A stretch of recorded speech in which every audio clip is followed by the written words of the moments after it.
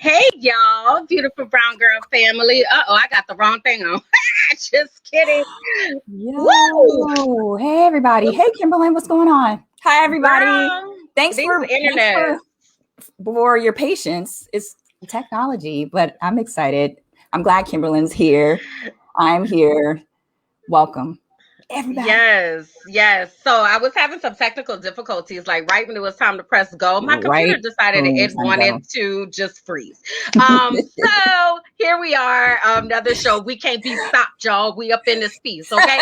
Um, so thank y'all, of course, for always rocking with us and for being patient, as Sab said. So we see y'all coming up in here. We want to make sure that we know who's in the room.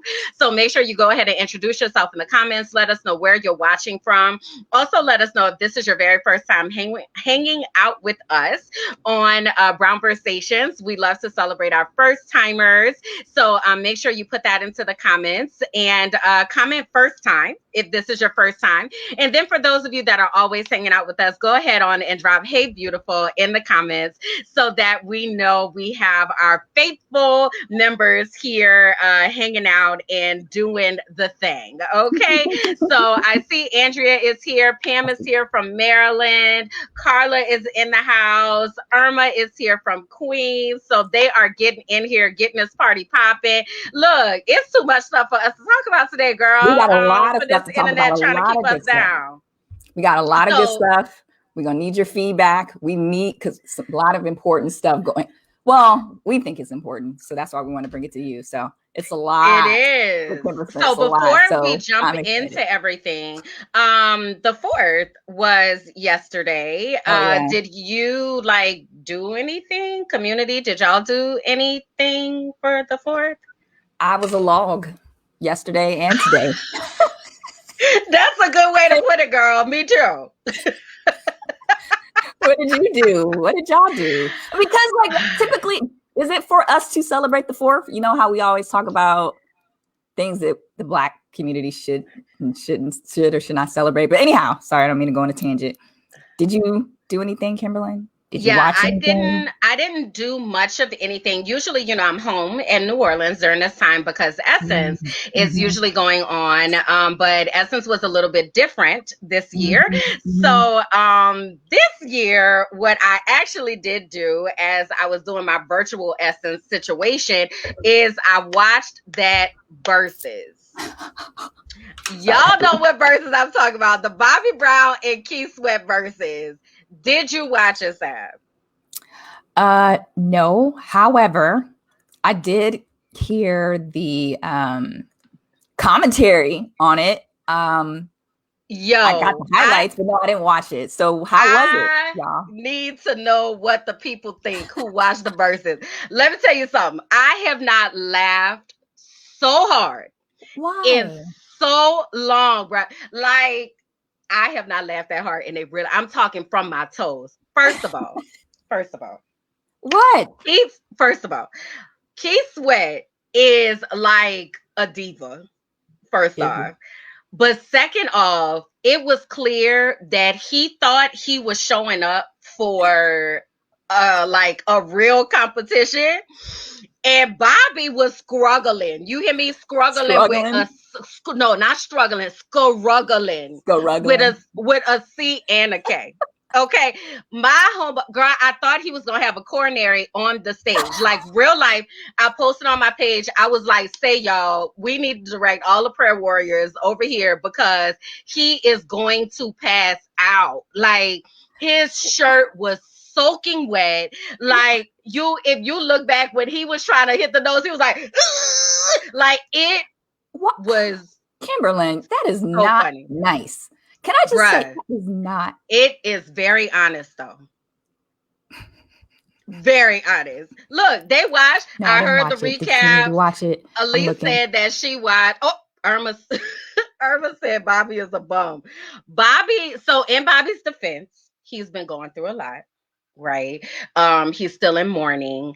And what I really think that happened is I really think his people were probably like, yeah, Bobby gonna be there. When you say July 2nd? Yeah, he been training. He good. Yep, he gonna be there. And Bobby did not get the memo. Like, he was not okay. Sasha said he looks to be in poor health. Like, he was not okay at all. Like, as Keith was so petty, like the whole time, Keith was kind of like, give me something now. My last name's Sweat. Give me something to sweat about. I ain't sweated yet. Bruh, it was so crazy. Like, y'all got to go back and watch the recap. If you didn't see it, watch it. Like, I was just standing, like, this was me the entire verses. Just in shock and awe, disbelief, like could not believe, understand what was happening. It was so much. Like, I just don't even think you all understand like how y'all got to go back. Y'all got to go back and watch. Like, I don't want to spoil it too much for you, but y'all have got to go back. And I see the love in the comments. Like, the people are like, they love Bobby. Like, Bobby has been through some stuff and all of that. I get that. This is my point though. This was verses. Like, this is not just, oh, let's come and have a Bobby tribute. Like, this was verses. Like, they were supposed to be, at least Keith thought, singing, and that did not happen. Like, it was a mess. It was a mess. So anyway, that's what I did with my fourth. And clearly some of the community did that as well. And yeah, it was really a sight to see. It was really a sight to see. So I just had to get that out before we got started with everything, because it was lit. I have not laughed that hard in a really long time. Like, real talk. You have to think about that. Keith has been on tour, Bobby not so much. So that's probably why you heard the panting of the breath and the feeling like he's tired, because Keith has constantly been on tour. This is what I'm hearing from the clip, but I'm glad that you got a lot of entertainment out of it. I'm glad that everybody got a lot of entertainment out of it. But it was just nice to see them and them get their flowers, like on the Breakfast Club. I listened to their interview on the Breakfast Club, and you know, they are still, Bobby has lived. So it was just really good to see them still here and still performing, especially Bobby. Yeah, I agree. So yeah, y'all check that out and see what you think. But I didn't mean to kick us in like to a whole topic, because some of our people are first timers, right? So let's make sure we just kind of jumped into it. I couldn't hold it, y'all. My bad. Let me rewind it just a little bit.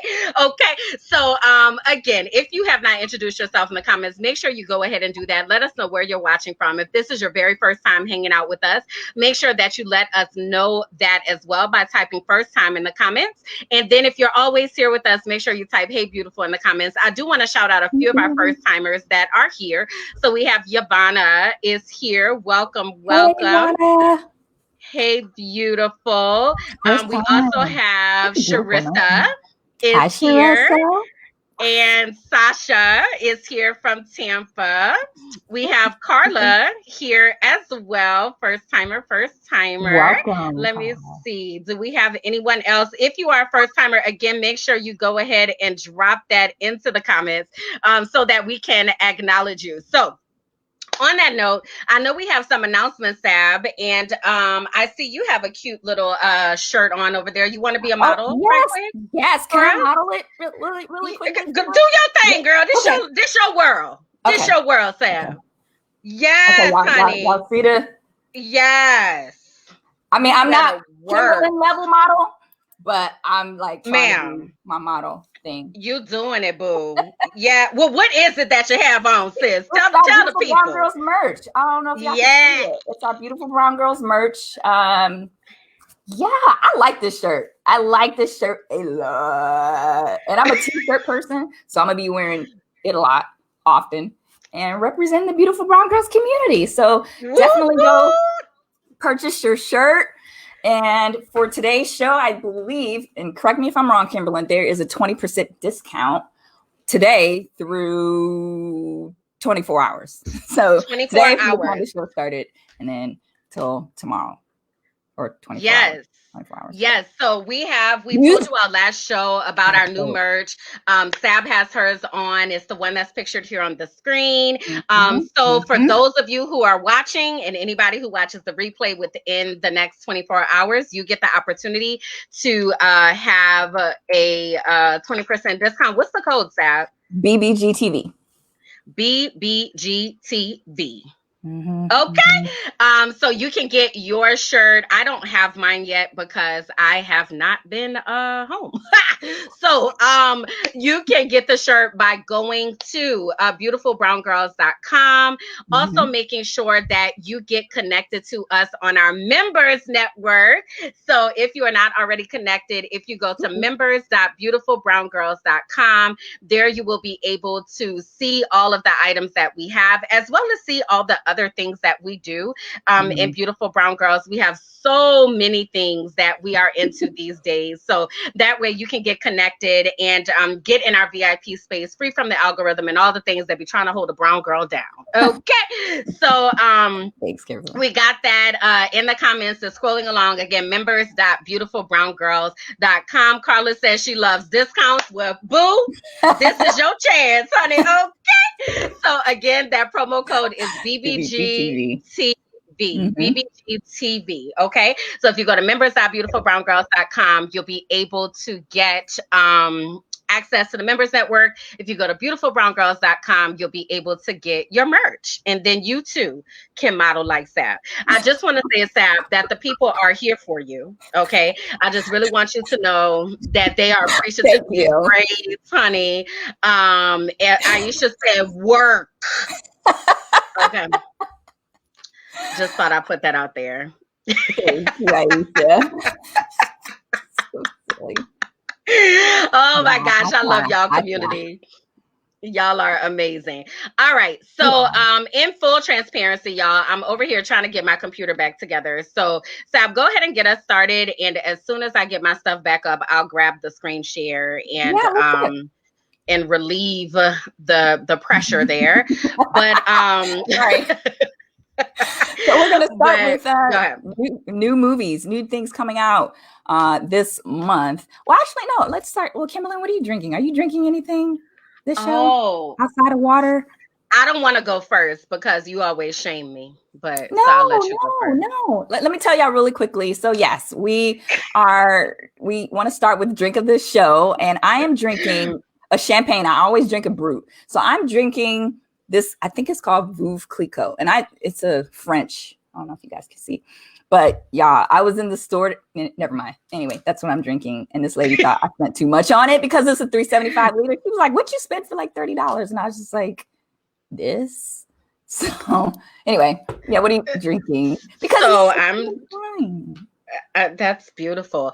Mine did not cost that much. I am drinking Moscato d'Asti. Okay, it was like $15. All right, but it's good. Okay, all right. So let's go ahead and get started. We're ready. Sorry about that, Giddies. All right, so Respect with Jennifer Hudson is coming out on August 13th. This has been like a long-awaited film for her. So it'll be in theaters, like I said, on August 13th, and it's starring Jennifer Hudson. This will be the biopic of Aretha, obviously, and it had been pushed back, and it's dropping on August the 13th, and it will be in theaters, so it won't be on streaming services like we typically have come to expect, but in theaters. I still not ready to go to theaters yet, but okay, I did not know that. Are we here for I want to see it. I was not prepared to have to go back into the theaters, but I definitely do want to check it out. So interesting. All right. I guess I'll have to get my life together a little bit. All right. So the next one is Candyman. I won't. How many times? You got 5 now. You done put a good 2.5 out there now. Don't listen. So yes. This film is scheduled to come out August 27th, and it will be in theaters as well. But the great thing about this one, you guys, is I know we're all a little exhausted about stories that talk about Black trauma and Black pain and Black hurt. And the director was really intentional about making it. He made a specific choice that he didn't want to depict the brutalization of Black characters. Thank you. Thank you. So does that mean that Candyman just gonna be killing a whole bunch of white people? don't know. I'm just trying to understand. Because look, Sabrina's feeling me. She's like, I don't fool with Candyman. Like, real talk. Like, I got mad respect for Candyman. Okay. Like, you got that dog. You know what I mean? Like, Candyman is one of them where it's like, if you ain't coming for him, he ain't coming for you type of thing, right? But if they don't want to depict Black trauma, then it sounds like he about to be cutting up these white folks. No? Well, maybe it'd be a different spin on it because Jordan Peele is one of the executive producers on it. And I don't feel like Jordan's art has really depicted Black trauma. I agree. I don't remember the original Candyman enough to remember who was getting sliced and diced. I remember it enough to know my behind and keep going back to watch it. Okay. I will. Because I am real life scared of Candyman. Like I ain't got no shame, you know what I mean? I'm from the streets. But me and Candyman, no. So I'm looking at y'all comments and y'all just like, no, y'all not ready. Y'all comments are moving so fast. I'm trying to keep up. So yeah, Candyman, Aretha. Let's see what else. Mona says she just watched the original yesterday. There you go. You see what I'm talking about, Mona? I don't know what led you to do that that I would have been like, hey, Mona, you good? Like, but I'm just saying, like, I wanna support. Yeah. However, I don't want to have nightmares, and Candyman takes me there. Okay. It's a classic, though. It's a classic. Yes. I hear what does Charlamagne always say? I don't want to pay people to scare me. Barra said it's a no. I'ma need my holy oil. Sis, listen to me. Like, okay, I'm done with Candyman, but I don't know. I'm gonna have to see the highlight reel. I just no. All right. So next we have some few updates that we want to talk to you ladies about. So few updates. So a settlement has been reached between Vanessa Bryant and the helicopter company that was involved in the Kobe Bryant and Gianna. And I don't know if this lawsuit was specifically just for Kobe and Gianna, but she did file a lawsuit and it was settled. The amount was undisclosed, but I know this won't bring Vanessa any solace, any tranquility or any peace. Because you guys remember maybe several months ago, she posted the whole report of what happened and why she ended up suing, not only because of wrongful death, but because they were taking pictures of the bodies on the... And have released it before she could even, before families were notified and stuff. Yeah, so just wanted to give you guys an update there. Again, we don't know the amount, but a settlement has been reached. So I hope that Vanessa and her daughters and her family find some type of, I don't know, Kimberlyn, solace? Something. I don't know. I don't know, but something. Yeah. All right. So next we have an updates. So Nicole Hanna Jones, you guys remember we talked about this. How long ago, Kimberlyn? It's been a few shows. Like it's come up a couple times, but maybe a few weeks ago or a couple shows ago. I mean, yeah. So yeah, Nicole Hanna Jones, after the uproar over her hiring and her not uproar over her being hired and not giving tenure because she was supposed to start on July 1. She didn't start on July 1. So because of all of the bad press and because of the controversy over why the university didn't give her tenure, they granted her tenure, which is like, can Kimberlyn help me understand what tenure is? Is that just protection over your job in instances like this? Yeah, so in educational spaces, tenure basically means that you can't get fired. Okay. So for her to have tenure, especially with the work, we talked about the 1619 project and, we've been talking about critical race theory and all that kind of stuff and all the uproar about the things. Yeah. There was a right-wing movement to prevent her from getting tenure, and that they had only offered her maybe like a 5-year contract or something like that. So the precedent that had been set in the past is when someone of Nicole Hanna Jones's caliber, and of her, she is a journalist and an author and all of that. When they are offered a position at the school, they're offered the position with tenure. So this was a huge departure from what they usually do. Okay. From not giving her tenure, but because of all of the bad press that they got, she had gotten tenure. Can I just say, this feels like remember on the episode of Martin where he was like, "Are you happy now? Damn, Gina, I will marry you." That's what this feels like. This feels like, are you happy now, Nicole?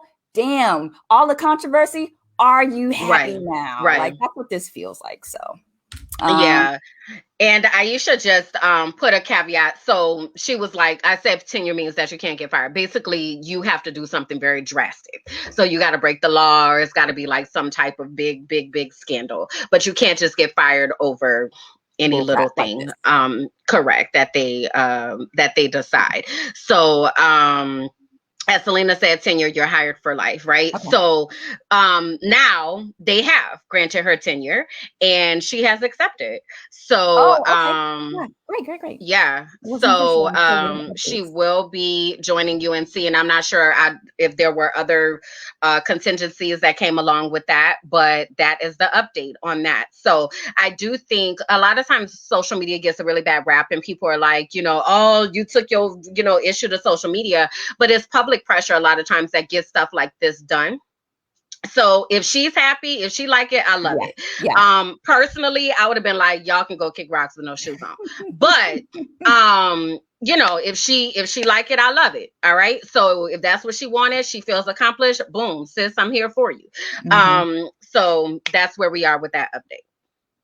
All right. So next, we told y'all we had a lot to talk about. This next one. Mr. Cosby is out of prison, and I feel like, do we need to update everybody on what happened? I feel like everybody knows that he got out on a technicality. I don't know the specifics, so feel free to insert yourself. He got out on a technicality. When he gave his deposition when he gave his deposition, he was told that he wouldn't go to jail for the things that he disclosed. He disclosed that he did, in fact, slip something into more than several women's drinks. And I think in Pennsylvania, something happened where they were like, gotcha. There was a professor at Temple University who that particular case was surrounding, and in the deposition for that case, he was promised immunity from conviction, and because that testimony that he used in the deposition was used in the case that ultimately sent him to prison, he has gotten out on the technicality because he was supposed to have immunity. What this doesn't guilty. I was about to say, what this does not mean is that he didn't do it. What this does mean is that the law has to be followed, right? The law has to follow the law too. So he has gotten out. Now, what I was hoping is that he would come out quietly and go sit down somewhere and be humble. Okay, as Kendrick Lamar says. However, we are hearing a few things. So one of the things that we have heard is that he's thinking about going back on the comedy circuit. What? So we were wondering, beautiful brown girl community, if you all are going out to support him, no shade or judgment if you decide to do that. But we're just wondering, will you go and see Bill Cosby if he starts doing comedy shows? Kimberlyn? Okay. No, I would not. I would not. But I do have some dissenting opinions about him and the controversy around him. I think I'm so scared to say this, but I'll just say it. While I do support women of domestic violence, that's not even a question. Everyone just wants him to like rot under the jail. And I don't know if it's just because I'm thinking of him as Cliff Huxtable, or I'm thinking because he's like 80 something. I don't know how old he is, but I know he's really old. Like, how long are we going to continue to castigate this man and take his livelihood away? I don't know. I feel a little bit conflicted about it. Yes, he's guilty. Yes, I think he's a piece of bleep. But everybody. Do you feel like he served his time? How long did he serve? He was supposed to serve 3 years, if I'm not mistaken. 3 years. he's just so old. But I mean, old people deserve to go to Are jail. old people, I was about to say, are old people exempt from consequences? No, they're not. So help me. I mean, So I think you said something that is going into the conflict, if you will. Linda said he is 83. He served 3 years. Tiffany said he was supposed to serve 3 to 7. Thank you all. Y'all be coming through in the clutch. But what you said that I think goes into this conflict is you're thinking about Heathcliff Huxtable, not Bill Cosby. These are two different people. Heathcliff Huxtable is a character on TV, right? Bill Cosby is a man who has admitted to drugging women in order to have sex with them. That sounds so creepy. Also known as rape. Yeah. Okay. Yeah. So I think that the conflict comes because I was watching, what's her name? Tiffany Coley. She had done a segment on it, and a lady was saying, like, you know, I feel so conflicted. Like, do I stop watching the Cosby Show? Like, do I stop watching A Different World? Like, you know, what do I do with this stuff? Right. And that was the exact thing. It's like Heathcliff Huxtable and the Huxtable family, those are characters. Like, those are characters, right? Yeah. But they were so real to us. And the reason why many of us went to HBCUs, why many little girls grew up wanting to be lawyers, like, you know, we really grew up in that age. But in divorcing the art from the artist, we have to deal with the humanity of this person. And the humanity of Bill Cosby is that he is not Heathcliff Huxtable. That is not who he is, right? So then to add insult to injury to this whole situation is we have Miss Rashad, his Felicia Rashad, his TV wife, right? Who tweeted when he was released, finally, a terrible wrong is being righted. A miscarriage of justice is corrected. Now, this is also an update because we just reported last show or the show before that she was just selected to be the dean of the College of Fine Arts, the Chadwick Boseman College of Fine Arts, might I say. And there has been a huge backlash, uproar, like, of people talking about she should resign from being the dean of the college. So once the tweet came out, she put out another statement and basically said that she is in support of sexual assault victims. Then she also put out a statement and said that she's gonna go to a class, right? So you know how when the white people mess up, they be like, I'm gonna go to diversity training, right? So she said that too, like she's gonna go to sexual assault sympathy training or something. I almost cussed. But as Beryl said, she said what she said and she meant what she said, right? So now people are wanting her to step down. So what do you all think about all of this? This is a lot. So I did a little digging into what deans actually do.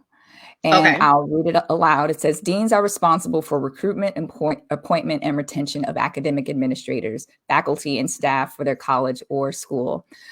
Deans create hiring plans for their college or school and participate in the recruiting and hiring process for faculty and staff. So I wanted to look that up because at first I was just like, yes, she should step down. But then I wanted to know what a dean does. If she were like some form of a guidance counselor or something like that, and she was actually guiding kids and helping kids and teaching kids, then yes, but she's not.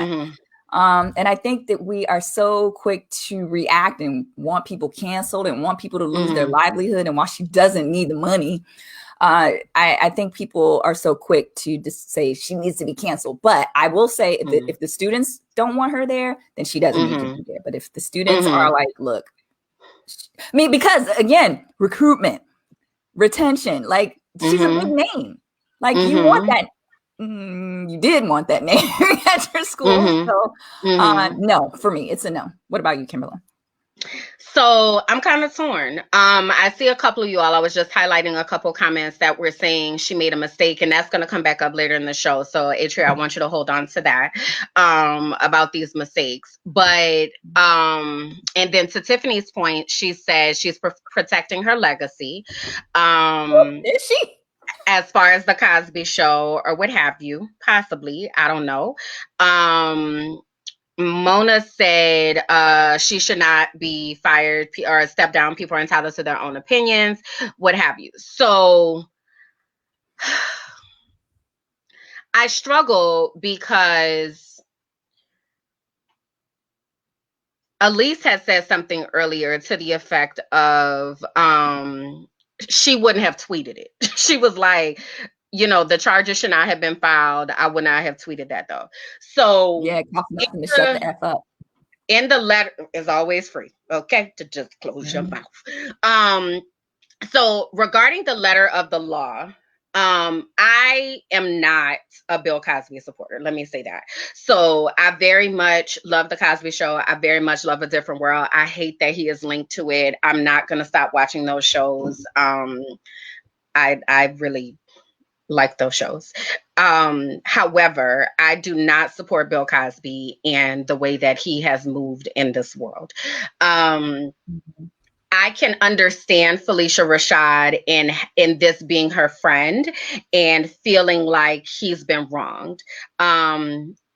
However, I still think you're able to support someone when they are wrong without justifying what has happened. I feel like she tried to justify in saying, finally, like he should have never been there. Nah, he should have been there. Maybe not for that particular time, but he definitely should have been there. Like, so that's where I feel some type of way about it. As far as her stepping down as dean, I think it comes back to what you were talking about as far as retention and as far as students trusting her and feeling safe. Though she is not hands-on, she's not the dean of student life or anything like that, she still has an integral position.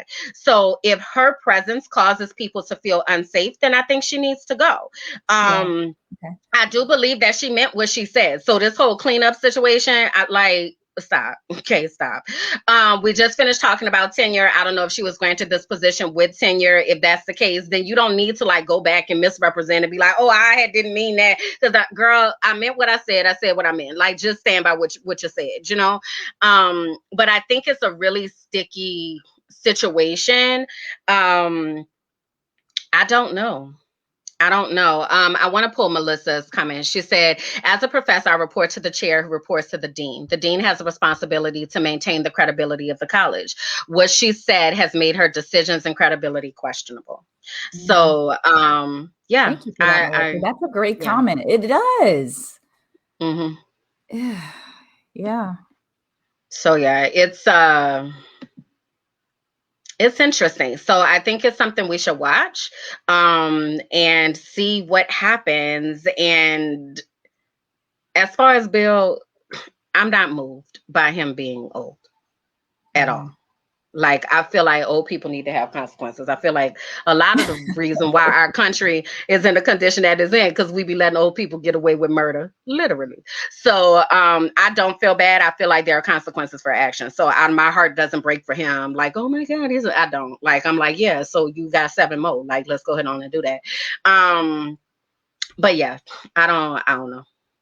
He's not going down without a fight. You just shared with me today that he got on the radio or some show or something. I don't know the context of it, but you told me that he was interviewed today. I did. So let me tell y'all. So I don't even remember what I was listening to, but so what's her name? Stephanie Mills, as well as Tammy Roman. I listened to both of their commentaries today, and they were talking about how there's this buzz going around that Bill Cosby said, well, Howard needs to give the money back then, because he's given, I don't know how many millions of dollars to Howard University over the years. And they were like, well, then they need to give him his money back. And I heard that he said something about it too. I don't know if it's true. I don't know if it's a credible source, but I definitely know other people have been saying that. So. All right. Well, we got to keep moving. All right. So next we have on the docket. So the Jordan brand, the Michael Jordan brand, if you guys are familiar, I didn't know I don't want to say I know he had a I knew he had a clothing brand. I know he had shoes. I'm like, what? But now the Jordan brand announced the largest female roster ever. So let me share. I want to add, do you have women clothes? Do they share women? Nice. Anyway, he has women's clothing.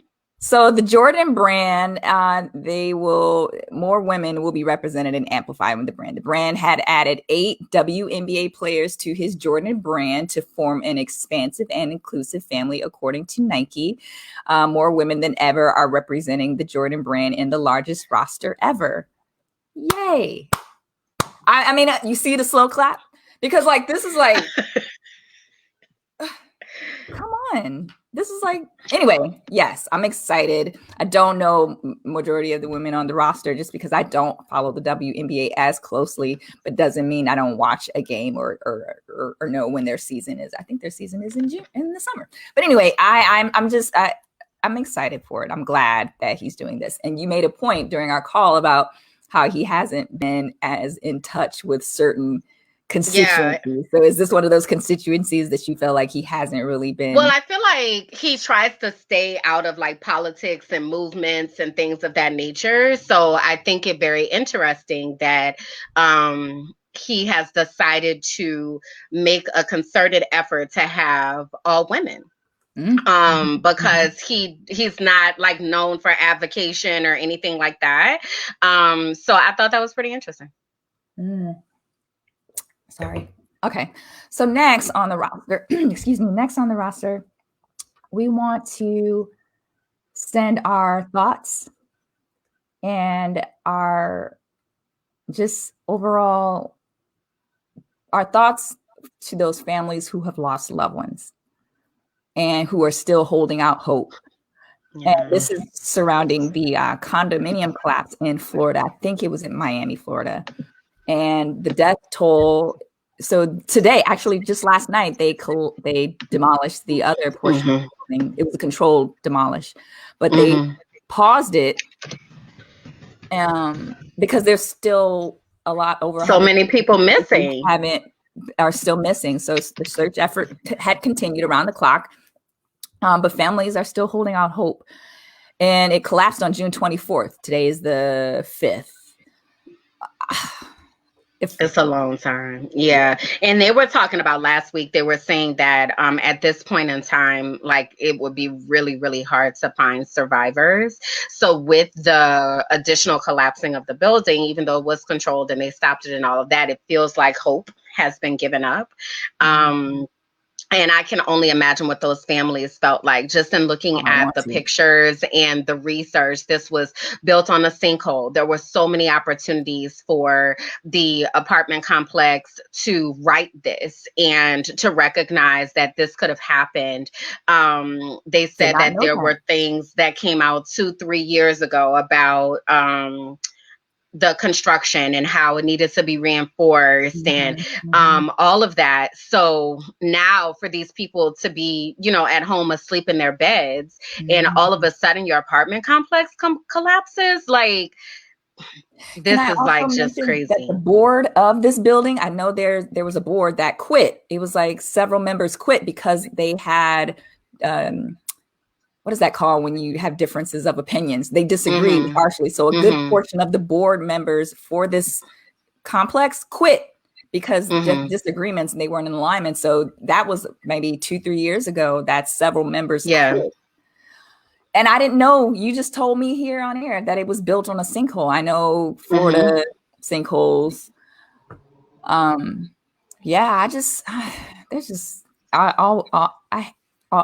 sorry, I'm so speechless because like you hear the thoughts and prayers and sometimes you hear that it sounds so empty. But I literally just pour my heart out to those loved ones because I can't imagine.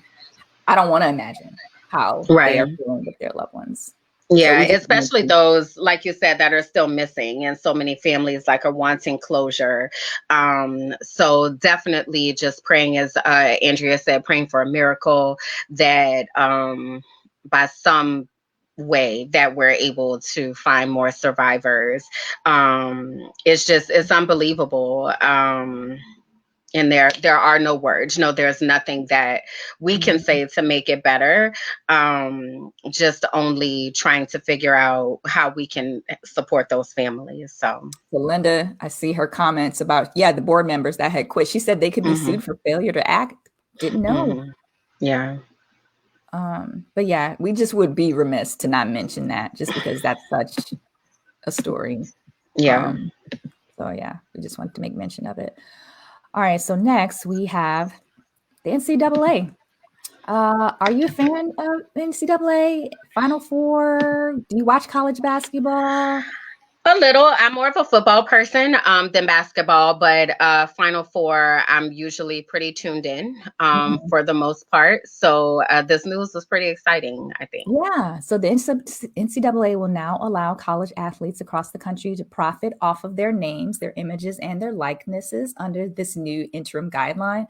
So the organization announced last week, Wednesday. So the decision will allow students from coast to coast to strike endorsement deals, profit off of their social media accounts, sell autographs, and otherwise essentially make money off their names while they're in names, images, and likeness, and potentially millions of dollars to college athletes every year. I think this is amazing because is the name Reggie Brown? Reggie, the guy who got his Heisman taken. Reggie Bush. Oh, I'm like, he's a Reggie Bush. That's why he got his Heisman taken, because he was profiting off of his name while he was in college. But I think you guys mentioned the wealth gap during our call about this and how this will really help, because the majority of, I don't want to say majority of college athletes, but like football players, majority are Black, and they're broke when they're in college and they're struggling when they're in college. So this would be opportune for them to make money. I think right now, Sha'Carri, she's a Nike representative. Like this will be great. Sha'Carri Richardson is what I'm talking about. I think this is awesome. What do you think, Kimberly? Yeah, I think it's about time. Schools have used these athletes. There you go, Maisha. Took it out of my mouth. Black bodies are being exploited consistently. So I think giving them compensation is the least that the NCAA can do, because they have been exploiting and using them for their own profit without the athletes being able to profit themselves. So I think it is past time for them to be able to profit off their own names and their own bodies. Yeah. So yeah, I'm all for it. Even after college, there was a situation. Even after college, these students, their likeness have been in video games. Absolutely. And they get $0 off of that? Yeah. Nah, bro. Yeah. They need to be able to collect. Yeah. Yep. So yeah, I think this is a great decision. So we shall see. However, I do think this is going to make like them turn up and have like their dorm rooms and their cars. Like they're going to, I'm just saying they aren't going to use these funds in the right way. They're going to be like in college when they should be focusing. I'm saying this in jest, you guys, but I'm like, if they making it rain, whatever, it's their money. They can do what they want with it, because some are going to be responsible, and be able to free their families and to pay, whatever bills they do have. So whatever, like they need to be able to have ownership over their name and over their person. Yeah. Yeah. I agree. All right. So the next topic we want to discuss, and this one was a tricky one that I wanted to talk to you guys about, because I do have a devil's advocate opinion on this one. So Olympic ban on Afro swim caps, on Black swim caps specifically for natural hair, which is typically Black women. Or I want to say Black men. Maybe if he had dreads and he was a swimmer. Anyone who has a lot of hair. Yeah. Okay. So swimming caps that were designed for natural hair won't be allowed at the Tokyo Olympics, with the sports world governing bodies saying that they are unsuitable due to them here's the thing, not following and deviating from the natural form of the head. So can you read that again, please? Yes, it says, saying they are unsuitable due to not following and deviating from the natural form of the head.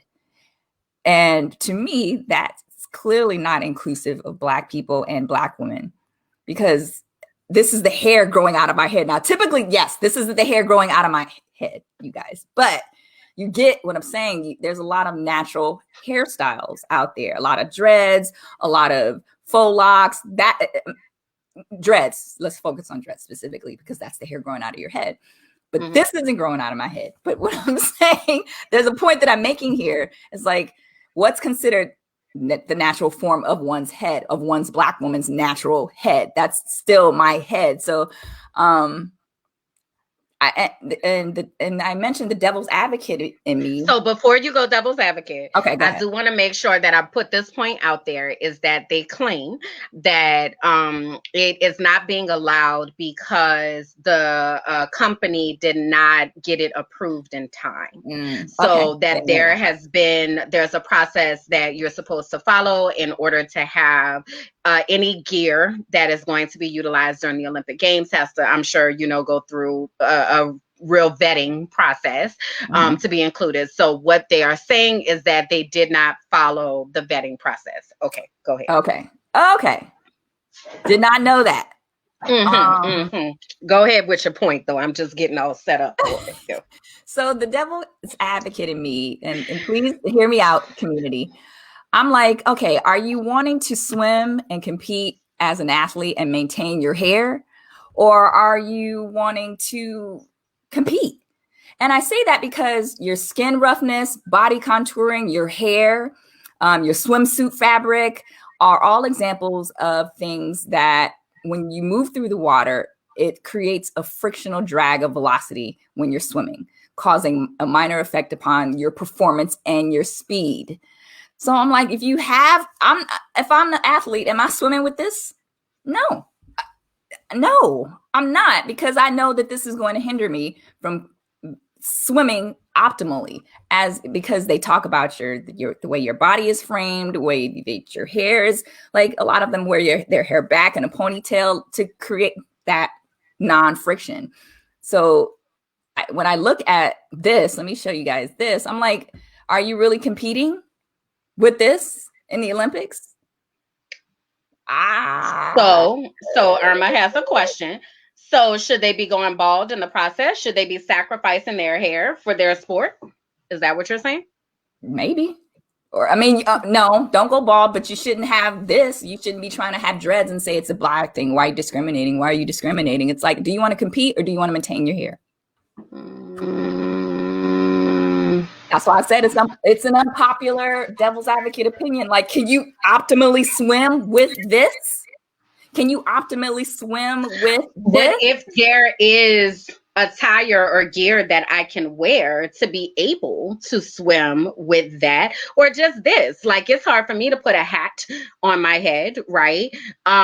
So should I have to cut my hair off like to be able, because I'm an athlete? Like,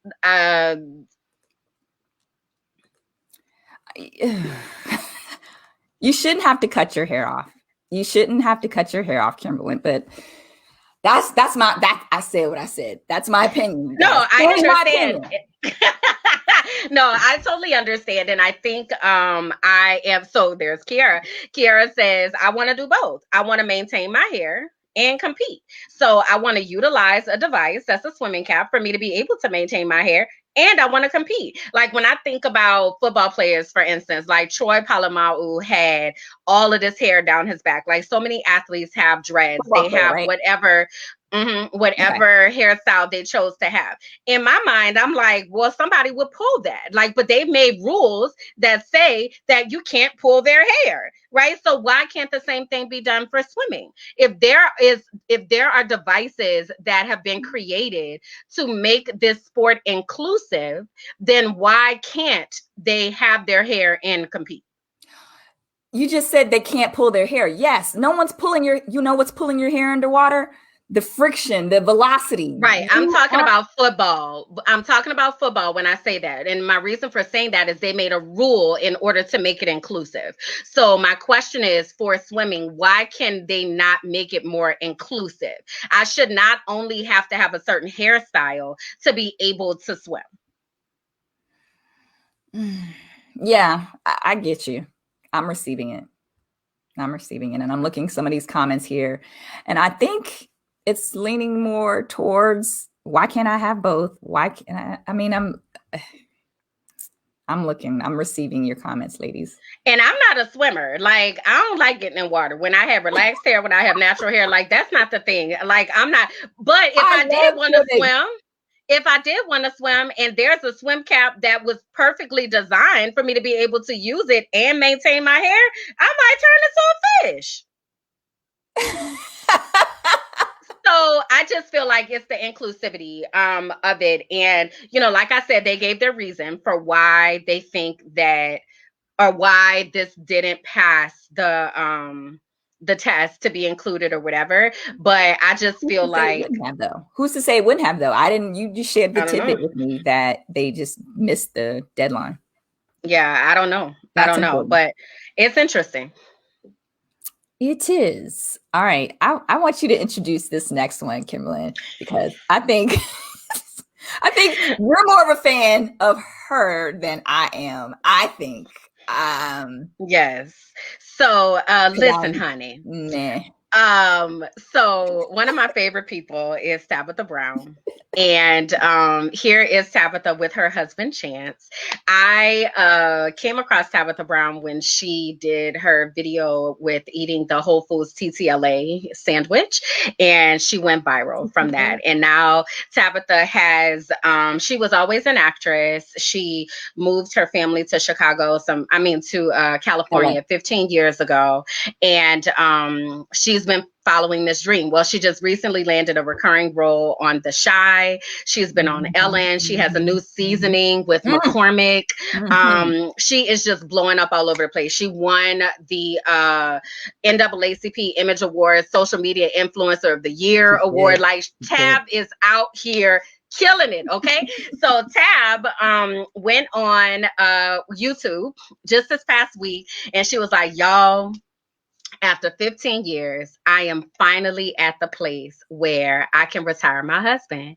She was like, when they moved to LA in 2004 or whenever it was, she said that she told her husband to give her 5 years to pursue her dream. He decided that he wanted to make sure they didn't have to worry about any type of money or whatever. So he decided to go to be a police officer for the LAPD. So, he did that, and she missed the target. Correct. She missed her deadline. It was supposed to be 5 years. It turned out to be 15. And she has finally gotten to the point where she is bringing in enough money that Chance, her husband, is now able to follow his dreams of mentoring kids and coaching kids and doing some other things and not having to wear a bulletproof vest to work every day. So Tab made her video minding her own business, okay? Now, Tab will always tell everybody, now go about your business, baby. Have the most amazing day. And even if you can't have a good one, don't you dare go messing up nobody else's. Yeah? Okay, so that is what Tab says, right? But then Wendy Williams decided that she wanted to choose violence, honey. Wendy Williams got the nerve to go on her show and talk about how Tab retired her husband. Wendy is on the show. First of all, she said she don't even know Tab. I don't even follow social media like that, so I don't even know this Tabitha Brown. But y'all sent it to me, and she's sitting up here retiring her husband. And I've been in this situation before, says Wendy. Wendy says, so the first thing he gonna do is he gonna use up all your money. Then he gonna go and do this. And like, yes, like she was straight woman scorned. Okay. So Wendy goes off on her session, honey. Child, Tab came back. Because the people, of course, tagging her in the video, right? So the people like, Tab, like Wendy out here talking about you. Honey, Tab got on this, and I'm going to channel my inner Tab. Okay, y'all got to go watch it. It's probably like four or five minutes. Do your best, Tab, right now. This is me channeling my inner Tab.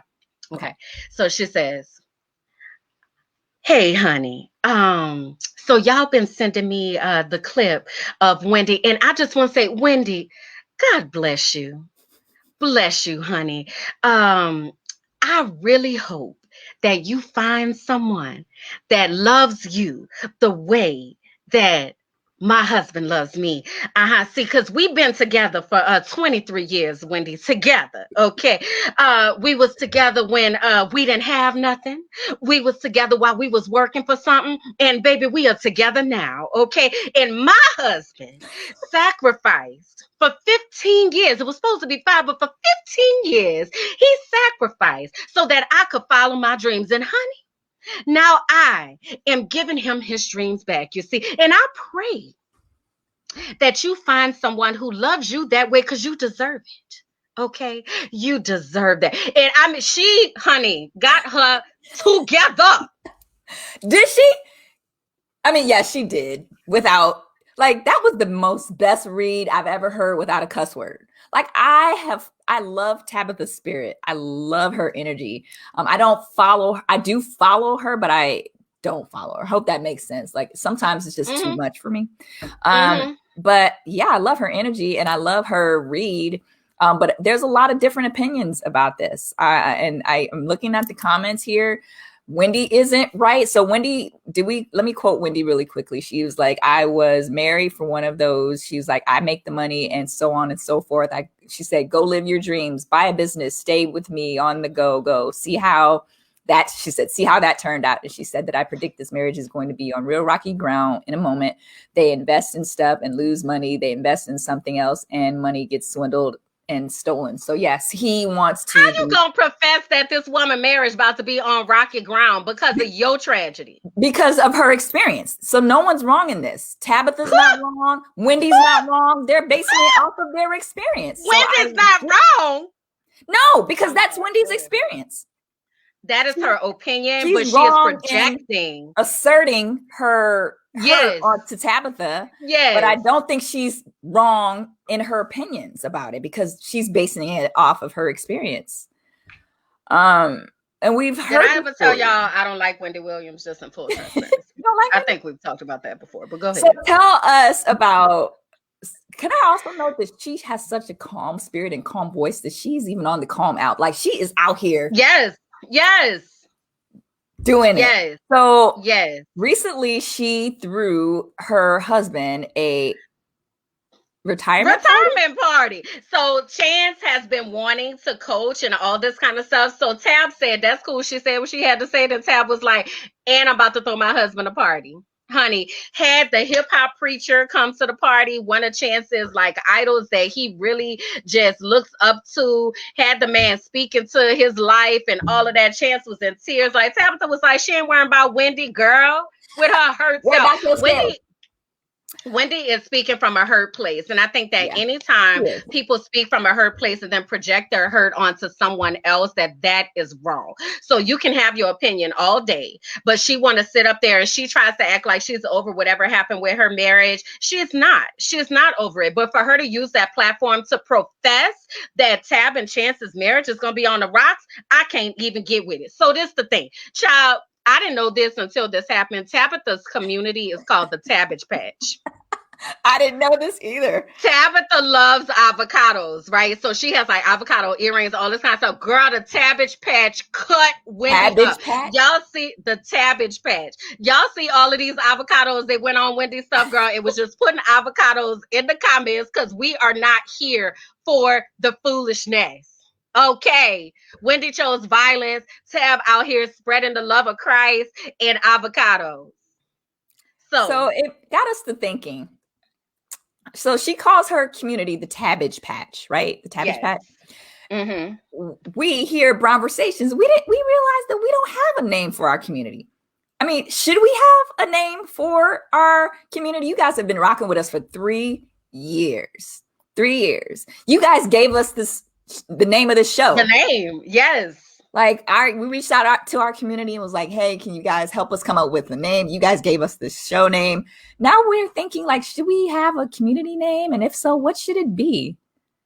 Like, we need you guys, and I'm sorry to say guys, I'm from Wisconsin. We say it a lot. We need you ladies and gentlemen to help us figure out, like, what would our name be if we did have a name for you, for our community, for our supporters, for our hitters. Yeah. So y'all drop them in the comments. Be thinking on it. We're probably gonna do like some kind of like competition or something. I don't know. But they say yes. They be here for all our shenanigans, girl. Anything we come in, they be like yes, girl. So yeah, y'all be thinking on that. My creativity is tapped out, so I ain't got nothing. But y'all do.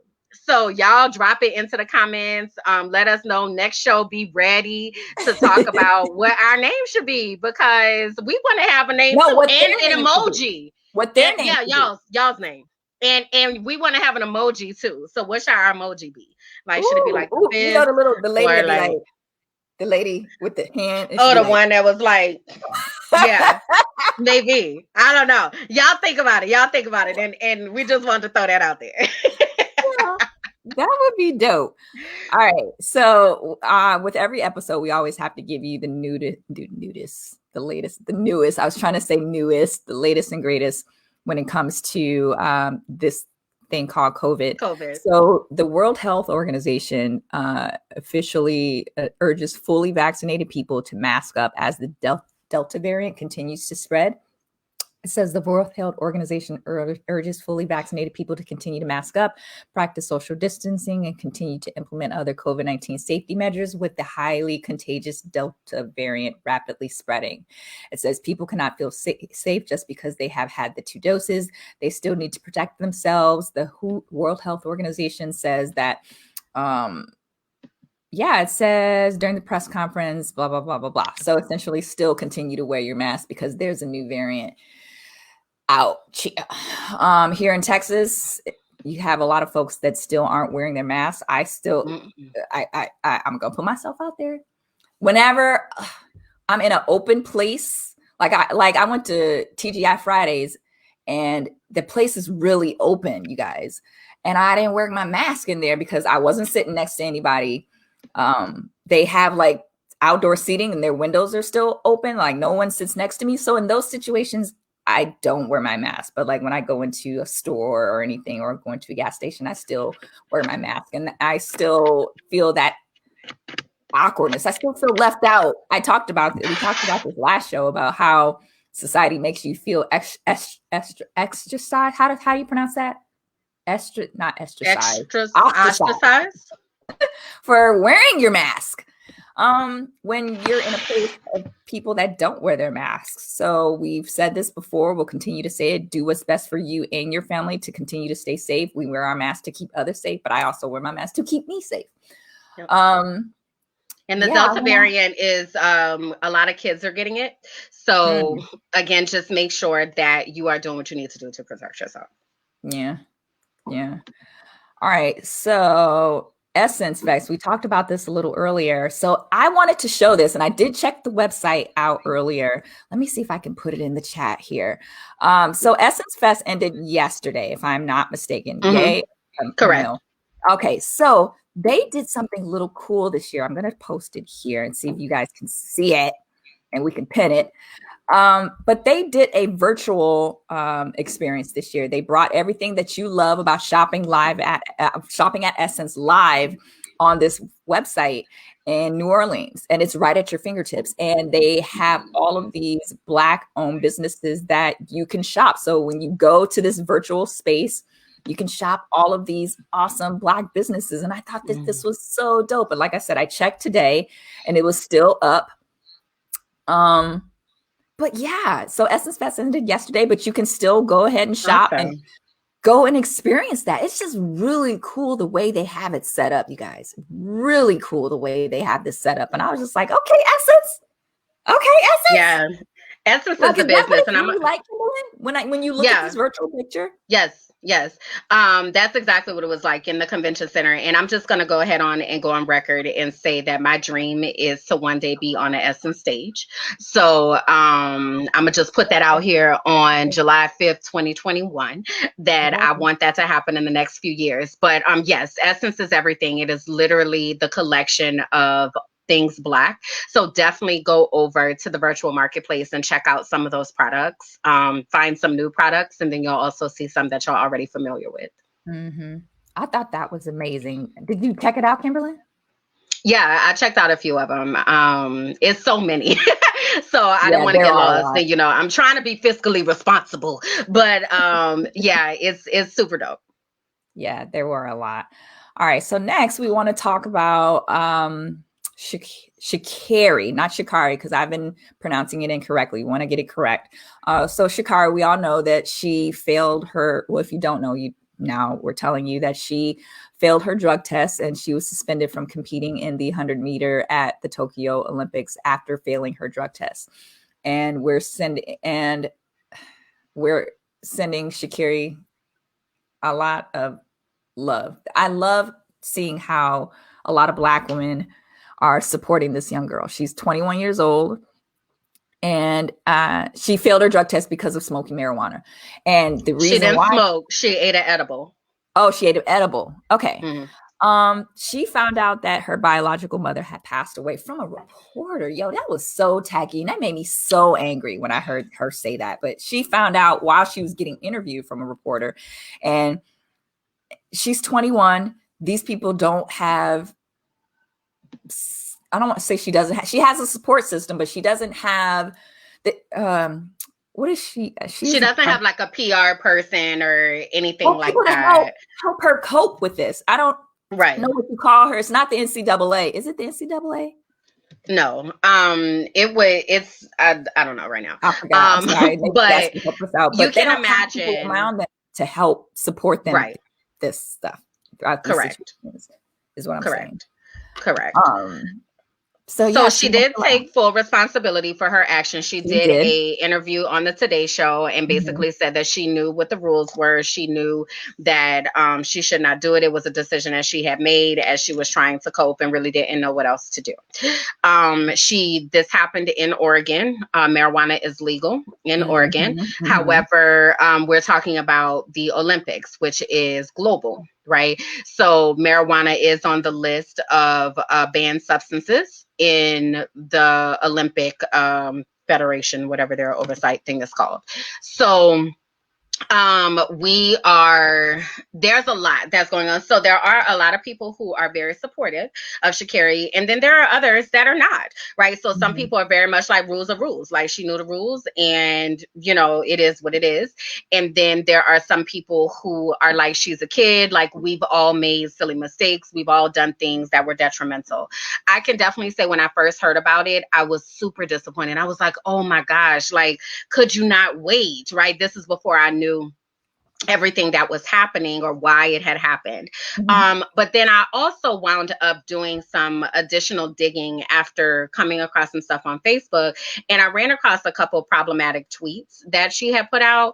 And they were tweets that seemed to be anti-LGBTQ plus, specifically in regards to Lil Nas X and men who wear pink, which I found interesting because Sha'Carri is also a member of the LGBTQ plus community, but this is what's out there.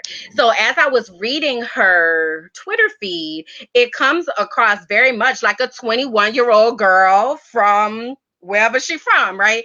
So it really led me to thinking about what you said, Sab, of her being 21 and how many of us have made stupid mistakes. Like, I know if people go back and look at my social media from like when Facebook first started, like what was I talking about, child? I don't even know. I was wilding, okay?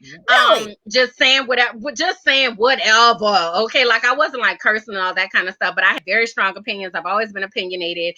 And my opinions have drastically shifted. Shut up. My opinions have drastically shifted in the past 2 to 3 years.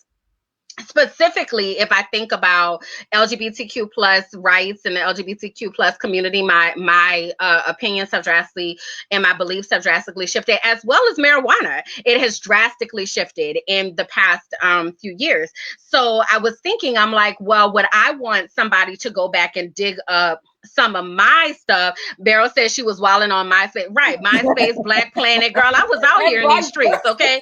College Club, girl. I was like getting it in, okay? So I was like thinking to myself, I'm like, well, I wouldn't want somebody to go back and drag up my stuff to try to hold me to it. The difference is that she is in this current state. So I think it's a lot that's going on with her right now. And I think we as older women, our question is really, how can we support each other? Because this is just one story, Sab, because you had a couple others that came across your feed about Brazilian butt lifts or something. Yeah, so I'm trying to get this picture up. So yeah, the story that I wanted to bring up is just the constant criticism of Black women, and it does have to deal with Brazilian butt lifts, but mainly just the critique with women like Tiny Harris. People talked about her looks and how someone like her could end up with T.I. And, you know, she heard the criticisms, she listened, she got cosmetic surgery because of your criticism. I'm not saying you, but I'm just saying people. Criticisms. She went to Africa, got her eyes done, and then people still made fun of her appearance. So same with this is a picture of so this picture went viral. I hadn't seen it until I was doing the research for the show, but it was at least 10 or 12 women that were coming from the DR that were in wheelchairs that had gotten Brazilian butt lifts, and they criticized these women for having low self-esteem and not liking their natural bodies. And same with Sha'Carri. Mainly Black men were talking about how she looked so manly. And I'm like, this is a whole daggone athlete who works out and practices every freaking day. Regardless, I mean, because she has a lot of muscles, it's like they constantly critique Black women with how they look and their appearance. And I wanted to share this clip with you from Demetria L. Lucas, and it's a podcast that I listen to, and it's a clip that I really want you guys to listen to, and then we can talk. Constantly tearing this woman down. Then she goes and gets surgery to correct the things that you have told her are flaws, and then you criticize her for not having high self-esteem and giving in to reigning notions of Black beauty. And I specifically say Black beauty because our beauty standards are very different than other groups. But like, you tell her she's ugly and she's not for years and years and years. And then when she hears you and agrees with you, you tell her she has low self-esteem and that she shouldn't have gone to fix the things that you said were wrong with her. What the And that's exactly the same thing that I feel like is happening with this BBL shaming. It's not new. Folks been mad about Black women getting plastic surgery since they found out Black women were getting plastic surgery. But this video circulating has turned it into a much louder. Okay, wait. Because people are having the same conversation in different spaces at the same Somebody time. said they can't hear it. But it's like, you've complained for years that Black women are. We can hear it. Don't take care of themselves. That Black women are unattractive. That Black women are manly looking. So when Black women go get surgeries to be more attractive, after you told them for years that they're unattractive, you tell them that they have low self-esteem and that they're shallow and superficial and that you like natural bodies. You don't like natural bodies. You don't. Because if you did, you wouldn't have been shaming Black women all these years for their natural bodies. So yeah, I wanted to share that because I thought that was really important, because it's like, ladies, we're like, like the comments about these women getting BBLs were overwhelmingly negative. And the question that I wanted to ask is like, at what point are we going to do we have to start like a movement to kind of like circumvent this? Because it seems like anything that we do, they're going to always have something to criticize us about. Like, we're damned if we do, we're damned if we don't. Tiny, you criticize Tiny, she went and did something about it. You criticize her for doing something about it. Sha'Carri is an athlete. You criticize her for having muscles. You criticize women for, I don't know, Kimberly, I feel so exhausted. Like, I'm so exhausted. This narrative of targeting Black women is just so, it's incensing. And I'm like, do we just... Yeah, it is exhausting. And I was even thinking about Monique was back in the news because she had posted another picture of someone who was wearing a bonnet or something in the airport. And it's like, why do you think that's helpful? Like, what do we need to do a better job at supporting each other? So one of the things I know with Beautiful Brown Girls that we really pride ourselves on making sure that we are creating safe and inclusive environments for any person who identifies as a brown girl. We're not here to police how brown you are or how girl you are. Okay. Like if you identify as a beautiful brown girl, this is a safe and inclusive place for you.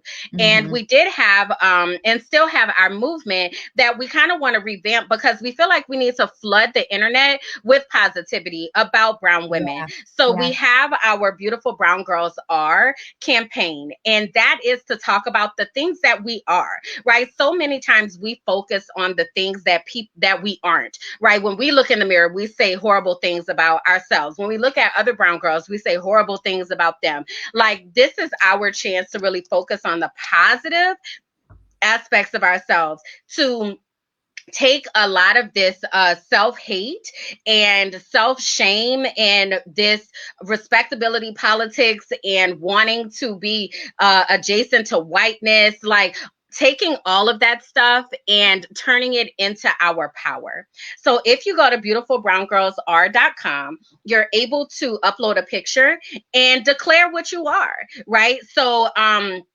beautiful brown girls are courageous. Beautiful brown girls are beautiful. Beautiful brown girls are enough. How about that? We are enough just the way that we are, right? Because we spend so much time trying to contort and do all these mental gymnastics, and it's absolutely ridiculous. Like showing up as our beautiful brown selves in all of our glory, with our flaws, with our strengths, with our everything, and just recognizing that we are enough. So we want you all to no, I'm serious though. Like, so we want y'all to go to beautifulbrowngirlsr.com. Change your profile picture. You can upload any picture that you want, that you feel shows you. You can do a different picture every day if you want. There is no limit on it, but we really want to flood the internet with positivity about brown girls, because not only is the world tearing us down, but we're tearing each other down, and it's time out for all that. Yeah. Thank you, Kimberlyn, for that. And yeah, it's definitely needed because the world is constantly, I think they just envy us. I do. I think the world, a lot of people just envy how we can switch things up and how we learn how to move in this space.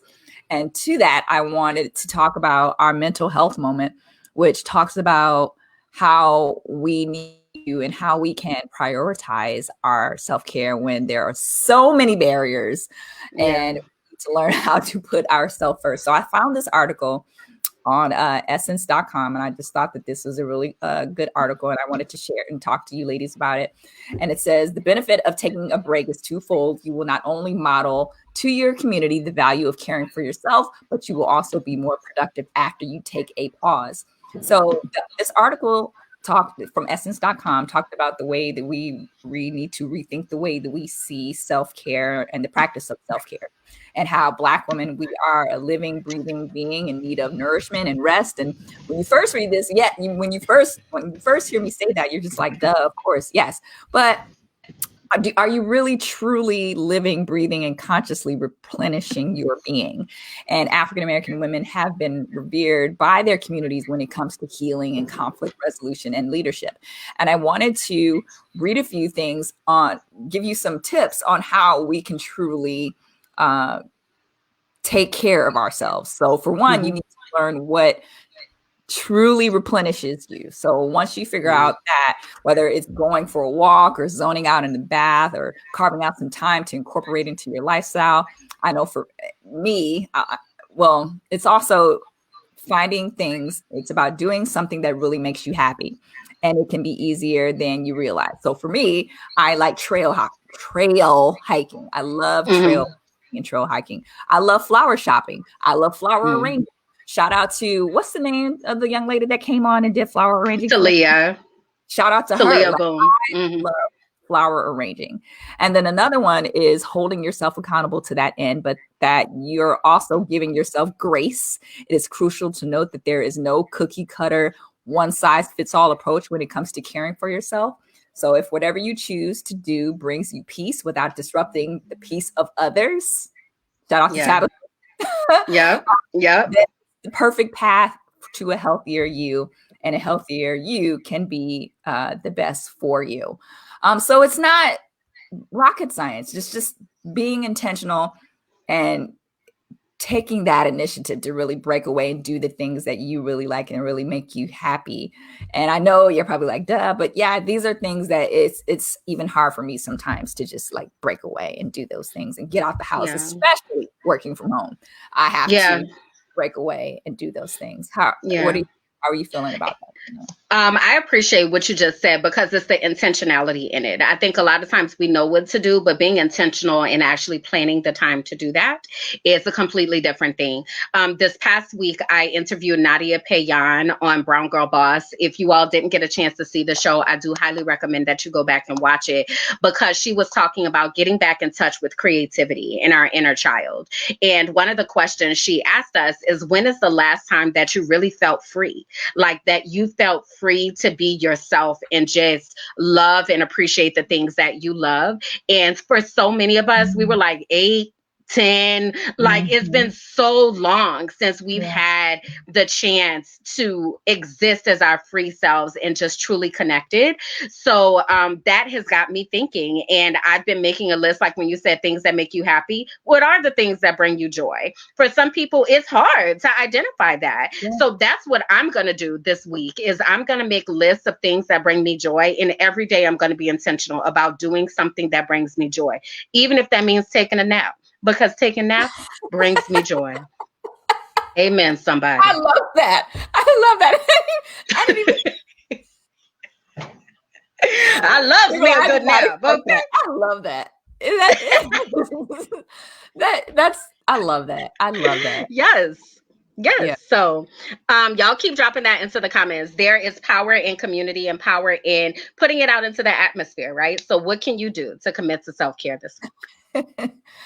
Taking a nap. All right. So we are beautiful brown girls this month. Our beautiful brown spotlight this month is her name is Michelle Hoskins, and it's a Black owned business, and it's Michelle Syrups. And let us know if you've ever heard of this, because can I tell y'all, I went to the store today to look for it. I didn't find it, but I'll still go back. Anyway, so this is Michelle Hoskins. She is the CEO and founder of Michelle Foods, and she is the first Black woman-owned multi-million-dollar syrup company that produces honey cream syrup, butter pecan syrup, and mint maple cream syrup. And she saw a sales boom after the Aunt Jemima syrup controversy.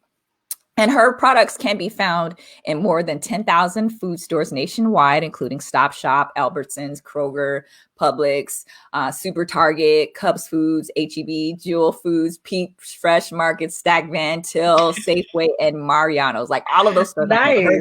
I did go to Kroger's today to see if they had it.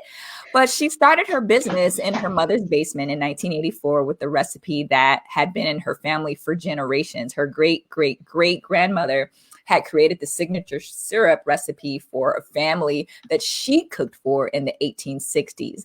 And you can learn more about Michelle syrups on michellefoods.com, and I will Michelle Foods with one L, and I'll post it here in the comments. So multi-million-dollar business. I want this syrup. So I will go to several Kroger's if I have to see, because I went to Kroger's today and they didn't have it. So or maybe you can request it, Sab. Like maybe we can, like I know my Publix, for instance, in Florida, like if you requested something, they would make every effort to get it. So maybe we can all like go and request it at our particular grocer. Okay. Yes. Adriana, honey cream, butter pecan, maple. Yes. And I've been needing a new syrup since Aunt Jemima. So I'm definitely going to go and check out Miss Michelle and what she has to offer. So that's what's up. Cool beans. Well, y'all, we definitely, as always, thank y'all for rocking with us and hanging out with us on Brown Versations. This is literally the highlight of our week. I know we say that every week, but we really mean it. I promise you. Sab, can you put up the pic where we have all of the ways for everyone to get connected? So we know we had quite a few first timers that are rocking with us this week. So we want to make sure that you are connected to us in all the ways that matter. shout out. So they said Amazon has the syrup, y'all. Bet. Nice. So we want to make sure that you all are connected to us in all the ways that matter. So we want you to be sure to go to beautifulbrowngirls.com. Also make sure that you have liked us on Facebook at Beautiful Brown Girls, that you have joined our Facebook group Beautifully Shaded, that you followed us on Instagram at Beautifully Shaded and on Twitter at Beautiful Brown U. We also want to make sure that you have connected with us on our members network. So again, if you go to members.beautifulbrowngirls.com, you'll be able to get connected to our VIP area where we are free from the algorithms and free from all the things that be trying to hold a brown girl down.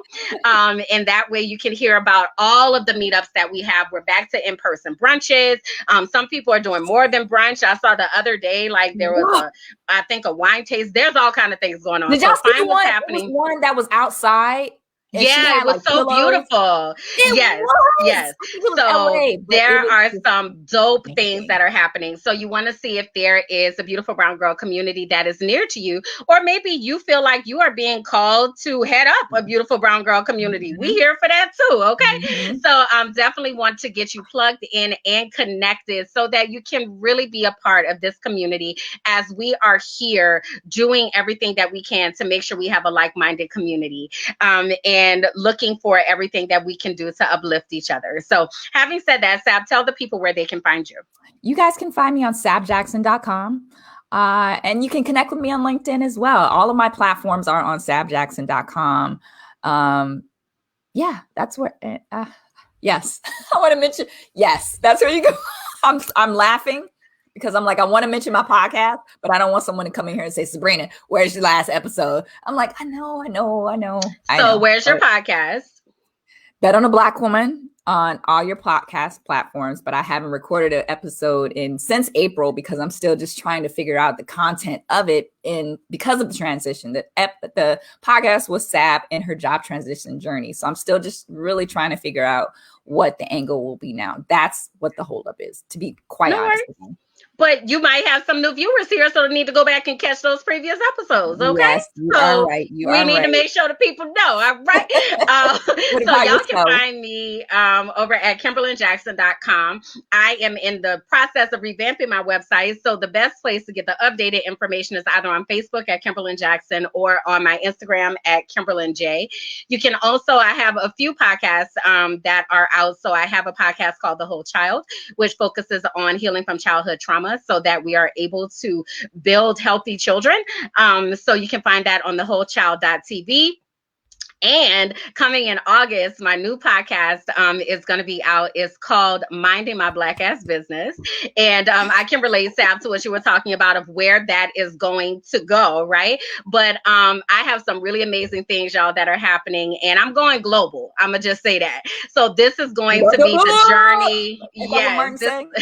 Yes, this is going to be my journey of going global. So you'll get the story of what inspired it. You'll get the story of what that looks like to create this global brand that I'm in the process of creating. So again, that is Minding My Black Ass Business, but you can find that at Kimberly J or Kimberly Jackson.